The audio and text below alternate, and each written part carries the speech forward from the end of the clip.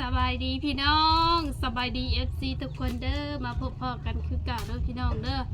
กับวันสงกรานต์เนาะเมื่อนี่กะซีลินอยู่เฮือนตัวเองพี่น้องซีลินซีกินอยู่เฮือนตัวเองจ้าเมื่อวานนี่กะคุณแหละไปเฮือนลุงคุณแหละกับเขาสาวแมงปอเขานุกกะจนค่ำเนาะเมื่อวานนี่เนาะเมื่อนี่กะได้ทักได้ชวนเบิ้ลแล้วแหละหมู่คู่แต่ละคนแต่ผู้นั่นก็ไปทางซ้ายผู้นี่ก็ไปทางขวาทมิดนะคิดว่าสิได้กินตั้งแต่มื้อที่13 14อันนั้นพุ่นแหละแต่มันเฮาบ่ได้ไปตลาดเฮาบ่มีรถเนาะ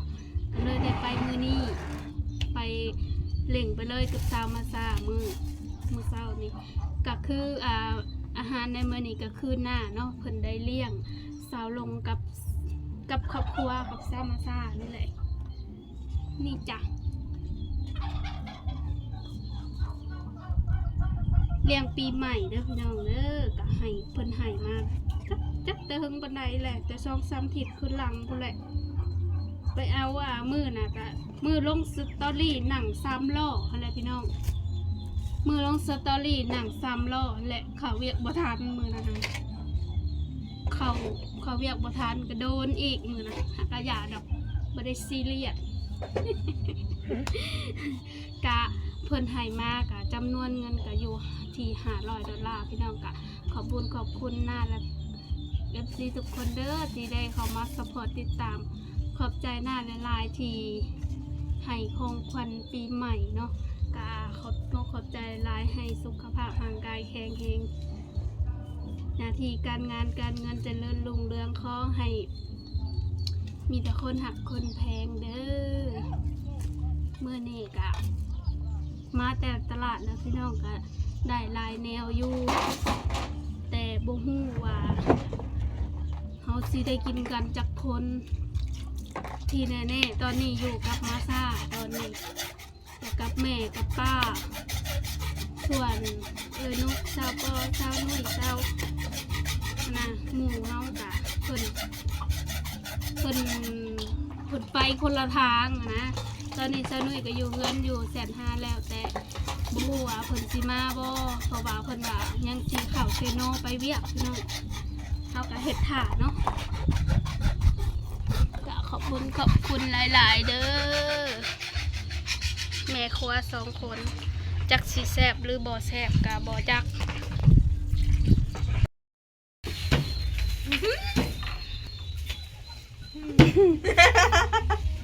เดี๋ยวหัวดิ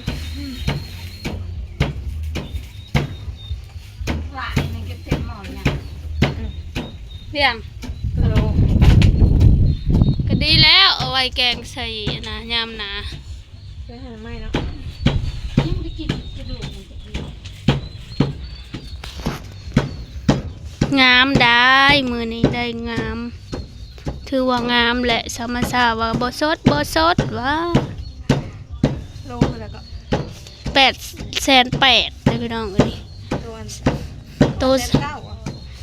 โตหลายๆนะคะ190,000นี่190,000โตหลายๆใหญ่ๆนะอันโตใหญ่ๆปิ้งอันน่ะอีกก็จักซ้ำได้อีกมันมีลายไส้นะลายเบอร์ลายขนาดเท่าก็เลยเอาขนาดตัวนี้อันนี้ก็มันตัวใหญ่อยู่นี่มันก็เลยนะขันตัวหน่อยแล้วมันได้ลายตัวใหญ่แล้วมันเต็มโลไว้แล้วก็ได้เท้าไก่ค่ะแล้วก็ได้ปลาหมึกค่ะปลาหมึกอันนี้ฮะสมิธว่าสิเอาตัวมีหนวดอันนะตัวมีหนวดอันนะมันแบบ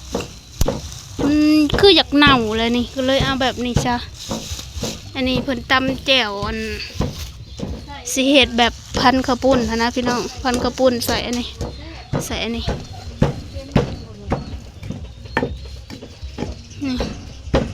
งามสะอ่อนนี่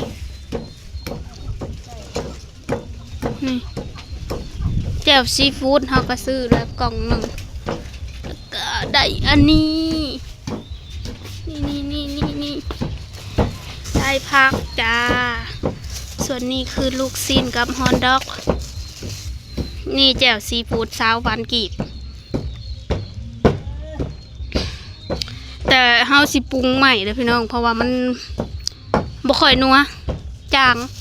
งแล้วก็เผ็ดอย่างเดียวอันนี้ข้าวปุ้น2 โลกินเบิดนี่เฮ็ดอึ่งลึงโลดฮอทดอกอันหนึ่งลูกชิ้นอันหนึ่งจ้าวันนี้ยังบ่ทันได้ต้มน้ำตาลชาเอ้ยยังกันนะหากระดังไผ่ตอนนี้กำลังหั่นปลาหมึกอยู่เด้อพี่น้องเพราะว่าเฮาสิเอาไปลวกแล้วเฮาสิเอามาเมี่ยงมาพันมาจ้ำแจ่วหั่นแหละข่อยบ่จักแนวสิกินปกถ้ามิดว่าสิกินซีนดาดก็มันแบบว่ามันยุ่งยากนะพี่น้องอากาศมันเอ้าก็ยากอยู่แต่มันหลายคนเขาก็บ่เห็นดีกับเฮาเนาะเฮาก็เลยแบบเอาที่มันง่ายๆเลยรักสุขภาพผู้ที่กินสะดวกสบายอย่างกะแม่กับเรากินแล้วเราเมื่อยกันเลยบ่ได้เอามาเนาะจะหน่อยเฮ็ดสิได้บุญเพราะเฮ็ดบาปเสียแหละกลืนน้ำลายอยู่กึก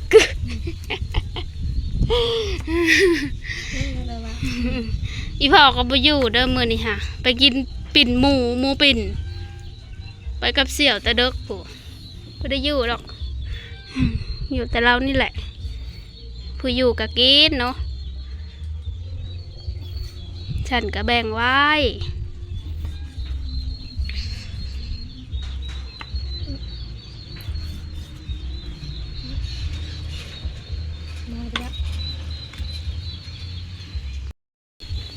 ลวกก่อนนะจ๊ะ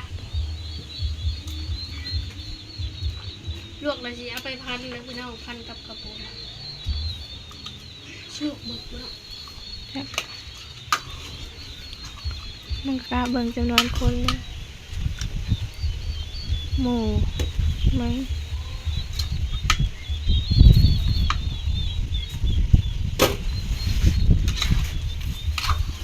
แบบเอาพอแบบสะดุ้ง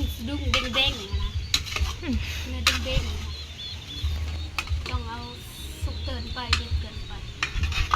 เนื้อเด้งๆนะจ๊ะ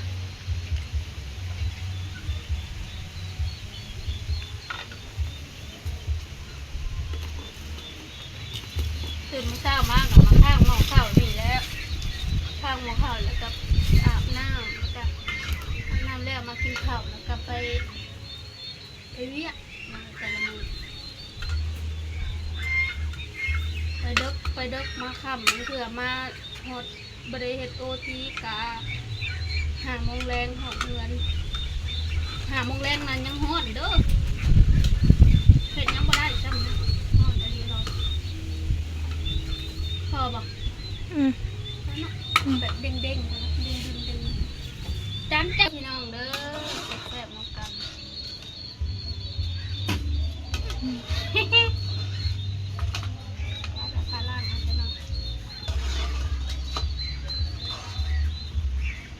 เสียงไพ่เนี่ย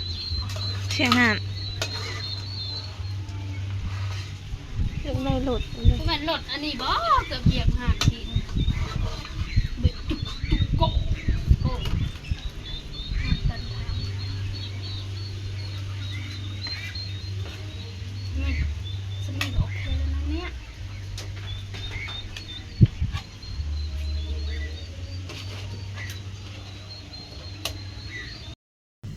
ซ้ำนี่ได้พี่น้องอันที่จริงก็บ่ได้ซ้ำนี่แหละอันนี้คือแจ่วซีฟู้ดลวกถั่วดินแจ่วถั่วดินข้าวปุ้นพักก่อนสิเลือซ้ำนี้เด้อเฮาแบ่งไว้ยันผู้มาตามหลังหั่นนะยันว่าเฮากินแล้วผัดมางองมาแงงมาหั่นนะเฮาก็เลยได้แบ่งไว้พี่น้องส่วนตีนไก่เฮาก็ต้มลูกชิ้นกับฮอนดอกกับพุ่นแหละบ่แล้วจังเฮ็ดอีกเนาะตอนนี้เฮากินซ้ำนี้ไปก่อนกินถาหมูนะจะหน่อยที่เหลือก็หมูมาเฮาก็จังเฮ็ดกินต่อจะหน่อยเพิ่นมาผัดว่าโอ้ยชวนมากะกินเบิดแหละผัดว่าก็เลยสิได้แบ่งไปกินก่อนพี่น้องเอ้ยแล้วก็จงไว้ แบ่งไว้แล้ว2พูด3พูด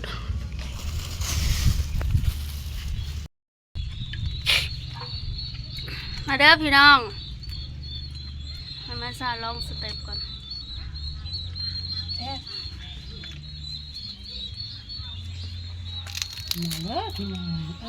แก้มบ้าฮ้อนกระเดียกกระดอฮ้อนจนชิอยู่บ่เป็นฮ้อนอลีอลอ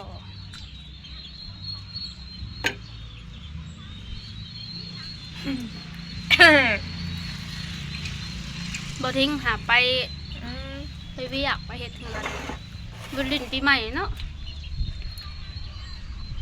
ขาดเวียกกับขาดรายได้แล้วอะครับ ก็เลยบอกขาดส่วนลูกซีนนั้นยังว่าทันได้เฮ็ดแต่พี่น้องกับตีนไก่ต้มไว้แล้วเฮากินซ้ำนี้ไปก่อนเพราะว่ายังย่านงานหมู่มาตามหลังค่ะนะเพราะว่าเขาเจ้ายังไปทางอื่นน่ะผลมาพอดีอันพอได้แนวยอค่ะนะพี่น้อง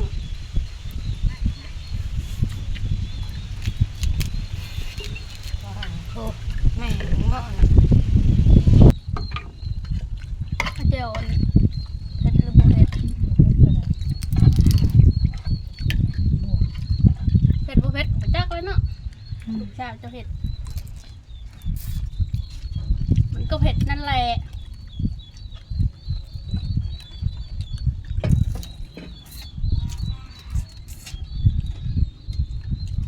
เข้ามาตำลัง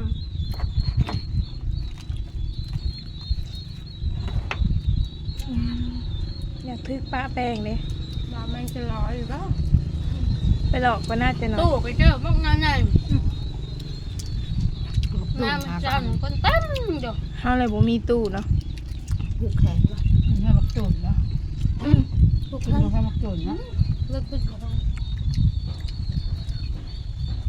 ซื้อเลขเลยเนาะซื้อตู้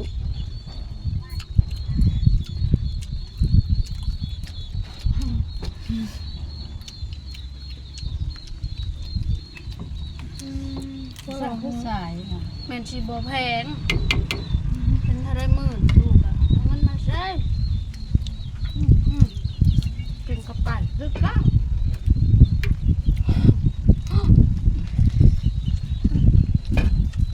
กูเคยกินคำใหญ่แล้วมัน เฮ็ด มันคาในเงือก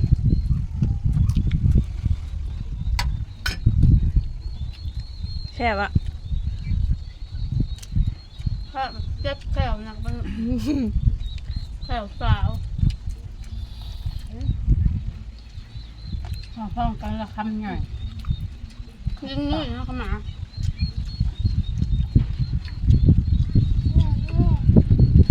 จะกระได้เดือดมันยอมหัก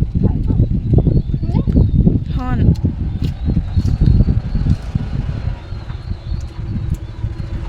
สาวนะ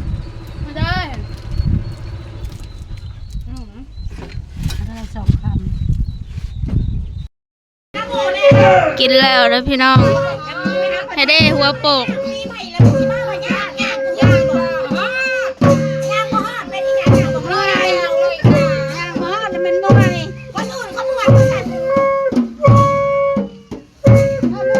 เอาเลยเช้าเปียกไปเล้งเหล่าน้ำข้าว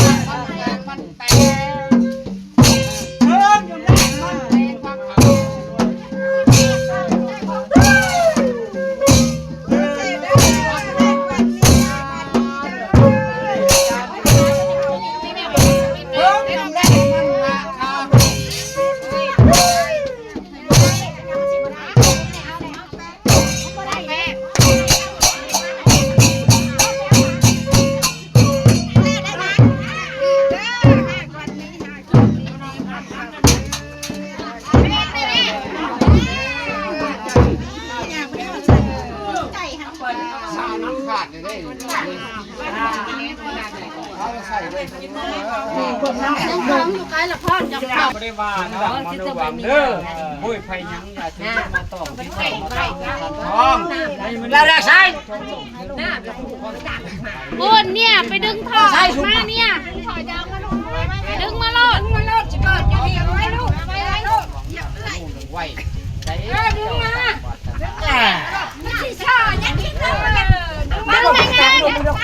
แห้งๆดึงแห้งๆโลด อย่าได้คุ้มเกียดข้อยลูก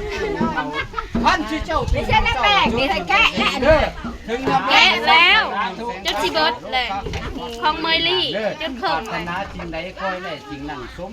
ดังปรารถนา สาธุ เห็นให้ที่ดีที่เจ้าได้แรงมาเนาะเห็นหน้าได้เขา เฮ้ยสาธุอันนี้ไอ้กูให้พรสาธุสาธุ ไว้ดอยเป็น ได้ไม่ได้พันแม่มันได้เบา เบิดเลยไหม สาธุสาธุสาธุ มันฮอดเด้อฮอดเด้อแน่เด้อ สาธุ เมื่อตัวนี้เลยเนาะอาเมน ก็โชคก็โลกก็ไปไอ้กินน้ำเปล่าต้องกินยังไง มูครับใคร ให้บอกให้กินบ่ได้บริให้ได้จังหน่อย ใครมาคุยแจกมูเห็นสัม ไม่ใช่น้ำได้ อันนี้ก็คือเล็งเหล่ารอบบ้านพี่น้องวันสงกรานต์เนาะส่วนหมู่คู่เฮาเพิ่นกินแล้วเพิ่นกับแยกย้ายแล้ว ส่วนเพิ่นกินเบียร์เพิ่นว่ากินบ่ได้พี่น้องเอาไว้มื้อใหม่เนาะให้เฮามากินต่อข่อยก็สิรอหมู่คู่พุ่นแหละมาพร้อมหน้าพร้อมตากันจึงกินถ้าสิบ่ได้ไปเวียกก่อนก็ขอโทษขออภัยนำหน้าหลายๆเด้อเพราะว่าบ่มีหมู่กินก็เลยกินบ่ได้พี่น้องก็สิรอเอื้อนุกกับสาวแมงปอมาพุ่นแหละจังสีได้กินเนาะเพราะว่าไผกะกระแจกกระจายทั้งซ้ายทั้งขวามือนี่เฮาก็เลยบ่ได้อยู่พร้อมหน้าพร้อมตากันก็เลยบ่ได้กินเบียร์เด้อมื้อนี้พี่น้องก็กินแต่อาหารไปก่อนเนาะส่วนอาหารก็แบ่งรอไว้ให้เพิ่นบางเทื่อเพิ่นมายามแลงเนาะเฮาก็บ่ฮู้เพราะว่าก็ได้ส่วนไปแล้วส่วนเด็กๆเพิ่นก็ไปพ่อนกองอีตุ่มพี่น้องเอ้ยบ่มีผู้ใดมา